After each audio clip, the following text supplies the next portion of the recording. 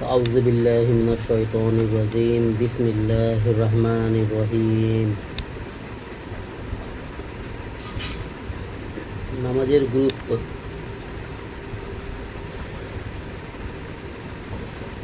ইসলামের যে সমস্ত আহকাম রয়েছে, ইসলামের বিধানে যে সমস্ত আহকাম রহিয়াছে, সবচেয়ে গুরুত্বপূর্ণ আহকামকে ইসলামে দাখিল হওয়ার জন্য যেটা জরুরি সেটা হচ্ছে কালেমায়ে শাহাদাত গ্রহণ করা, অর্থাৎ ঈমান আনয়ন করা। যদি কেউ কালেমায়ে শাহাদাত পড়ে নেয়, আল্লাহর একত্বের সাক্ষী দেয় এবং আল্লাহর বিধান হক এই সাক্ষী দেয় এবং মুহাম্মদ রাসূলুল্লাহ সাল্লাল্লাহু আলাইহি ওয়াসাল্লাম আল্লাহ পাকের প্রেরিত শ্রেষ্ঠ রসুল, আখেরি রসুল, এই সাক্ষী যদি কেউ দেয় তো সে ইসলামে দাখিল হয়ে গেল। সে ইসলামের মধ্যে চলে এলো, ইসলামে দাখিল হয়ে গেল। তার মধ্যে ঈমান কিছুটা ঈমানের রং লেগে গেল, সেই ঈমানদারদের মধ্যে যুক্ত হয়ে গেল।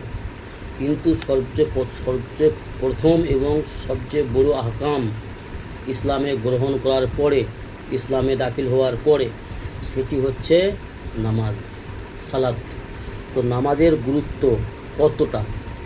আর আমরা মুসলমান সমাজে আজকের দিনে শতকরা 97 জন ব্যক্তি নামাজ ছেড়ে দিয়েছে, আজকালের মুসলমান সমাজের মানুষ।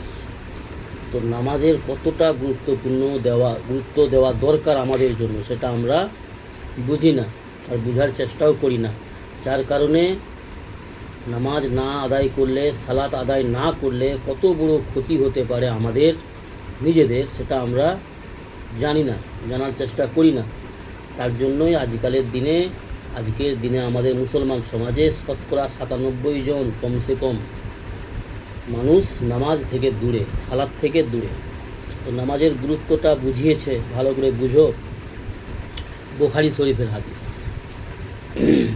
হযরত আবু হুরায়রা রাদিয়াল্লাহু তাআলা আনহু বর্ণনা করছেন, রাসূলুল্লাহ সাল্লাল্লাহু আলাইহি ওয়াসাল্লাম ইরশাদ করিয়াছেন, মানুষের জামাতের সহিত নামাজ পড়া তাহার ঘরে এবং বাজারে বা কোনো একা একা নামাজ পড়া অপেক্ষা 25 গুণ বেশি সওয়াব রাখে।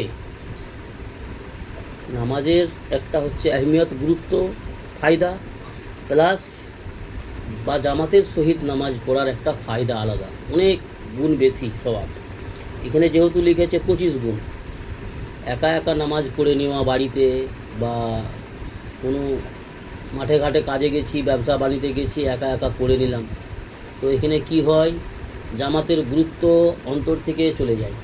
জামাতের গুরুত্ব, একত্রিত হয়ে নামাজ পড়া, 2 জন, 5 জন, 10 জন, যত বেশি লোক একসঙ্গে নামাজ পড়বে, জামাতের সহিত যত বেশি লোক হবে, তাতে একটা যাকে বলা হয় ঐকত্য বোধ হয়ে নামাজ পড়া, আল্লাহর কাছে প্রশংসা করা আল্লাহর, এবং জিকির করা এবং আল্লাহর কাছে সেজদা করা, এটা আল্লাহর কাছে অধিক প্রিয়। তো এখানে কি বললেন, রাসূল সাল্লাল্লাহু আলাইহি ওয়াসাল্লাম বলছেন, মানুষের জামাতের সহিত নামাজ পড়া, মুসলমানদের জামাতের সহিত নামাজ পড়া তাহার ঘরে এবং বাজারে বা বিভিন্ন কাজকামের ক্ষেত্রে একা একা নামাজ পড়ার থেকে 25 গুণ বেশি সওয়াব রাখে, 25 গুণ বেশি ফায়দা। কিন্তু আমরা দুনিয়ার ফায়দা বুঝি, দেশে ব্যবসা বিজনেস করলে যদি 400-500 টাকা ইনকাম করি, কেউ যদি বুদ্ধি দেয়, অন্য কেউ আত্মীয় স্বজন বন্ধু বান্ধব যদি বুদ্ধি দেয় যে নিজের একটু এলাকা ছেড়ে, নিজের পাড়া ছেড়ে, নিজের গ্রাম ছেড়ে, নিজের দেশ ছেড়ে যদি একটু বিদেশে যাওয়া যায়, একটু 2-4 দিনের পথ যদি যাওয়া যায়, অন্য দূরে কোথাও থেকে যদি ব্যবসা করা যায়, সেখানে হয়তো ডেলি 1200-1500 টাকা ইনকাম করা যাবে। তো দুনিয়ার ফায়দা আমরা বুঝি, তখন আমরা কি করি, বন্ধু বান্ধবের কথা শুনে, আত্মীয় স্বজনের কথা শুনে আমরা কিন্তু দেশ ছেড়ে বিদেশে যেতে প্রস্তুত হয়ে যাই। কেন? টাকার, দুনিয়ার অর্থ সম্পদের গুরুত্ব আমাদের অন্তরে আছে। যার জন্য দুনিয়ার অর্থ সম্পদ বেশি পাওয়ার জন্য আমরা ঘর ছাড়ি। জি, রাত্রি 3টা 4টার সময় উঠে অনেকে কাজ কামে যায়, ব্যবসা বিজনেসে যায়, কেউ বিভিন্ন রকম ডিউটিতে যায়, নাইট ডিউটি, বিভিন্ন রকম।